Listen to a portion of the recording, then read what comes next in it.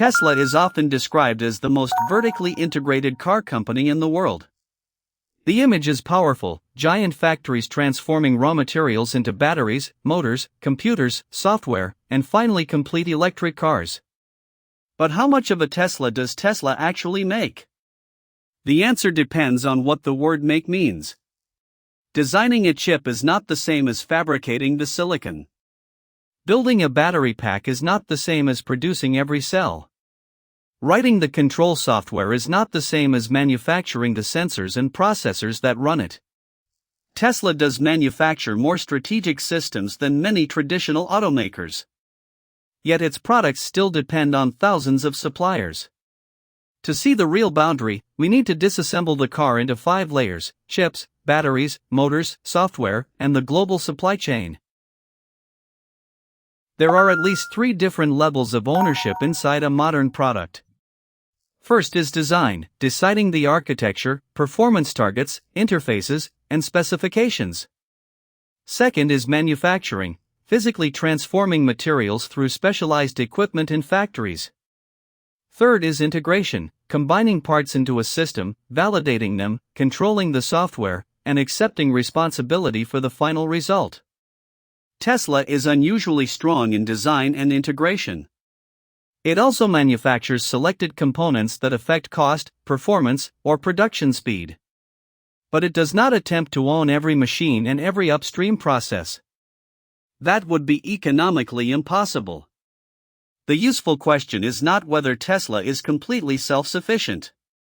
It is where Tesla chooses to control the bottleneck, where it builds internal capability, and where it deliberately relies on a specialist supplier. Start with chips. Tesla says it designed and engineered its in-vehicle AI computer from the ground up. Its teams work on chip architecture, performance per watt, verification, drivers, and the connection between silicon and neural network software. That is real semiconductor design. But Tesla is not a leading-edge wafer foundry. The physical chip requires lithography systems, process recipes, cleanrooms, packaging, memory, substrates, and many supporting components from the semiconductor industry. Tesla has also announced manufacturing partnerships for future advanced AI semiconductors. So the correct description is not that Tesla makes every chip. It designs selected strategic processors and the computing system around them, while foundry and packaging partners turn those designs into physical silicon. Meanwhile, a vehicle still contains many additional controllers, power semiconductors, sensors, and communication chips purchased from outside suppliers. The battery has the same layered reality. Tesla has deep expertise in battery pack architecture, thermal management, safety, electronics, battery management software, and the structural integration of the pack into the vehicle.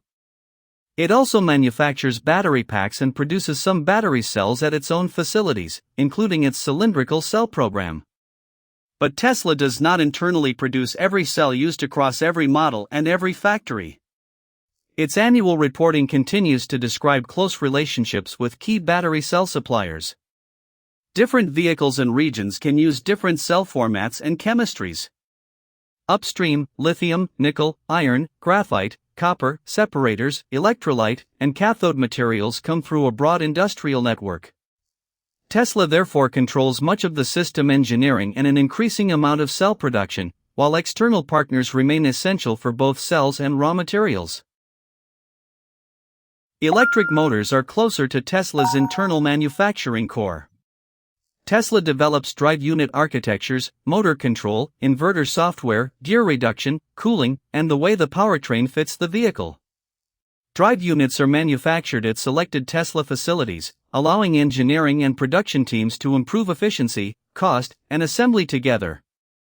Yet even an internally built motor contains an external world. Copper must be mined, refined, and formed.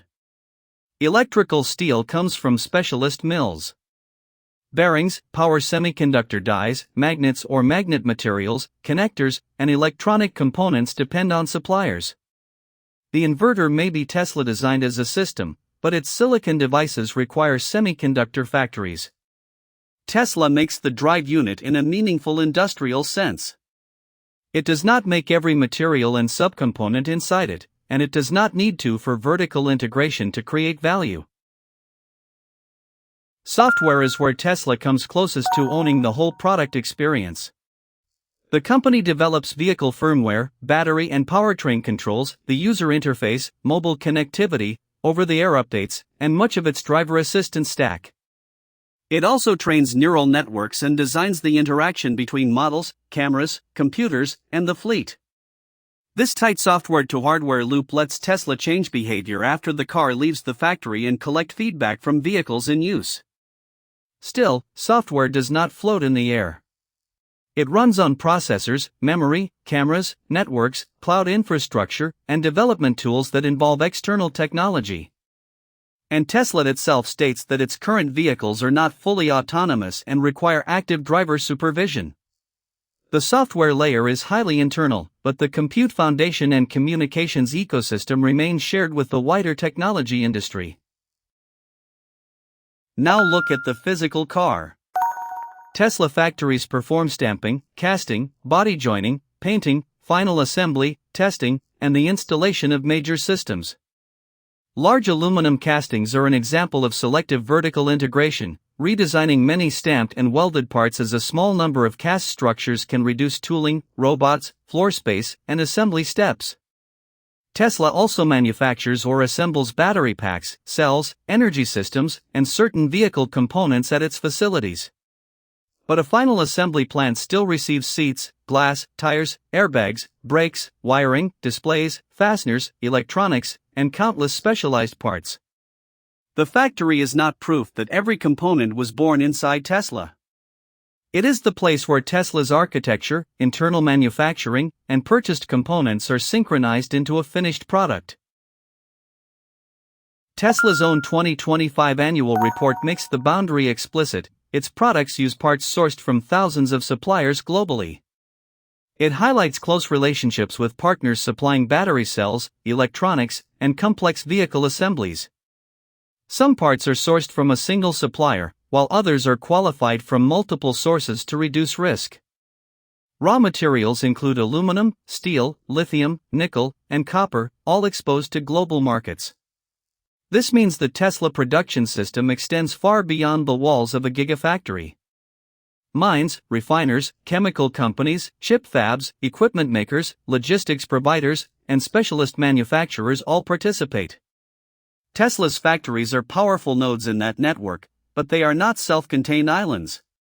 A shortage in one obscure electronic component or material can still constrain the output of the entire vehicle. Why integrate some technologies and outsource others? Tesla tends to move inward when a component limits product performance, cost, supply, or the speed of iteration. Owning software improves the feedback loop. Building drive units connects motor design with factory learning. Producing packs and some cells can improve packaging, cost, and capacity. Designing an AI processor aligns the chip with Tesla's neural networks. Large castings simplify the body and the assembly line.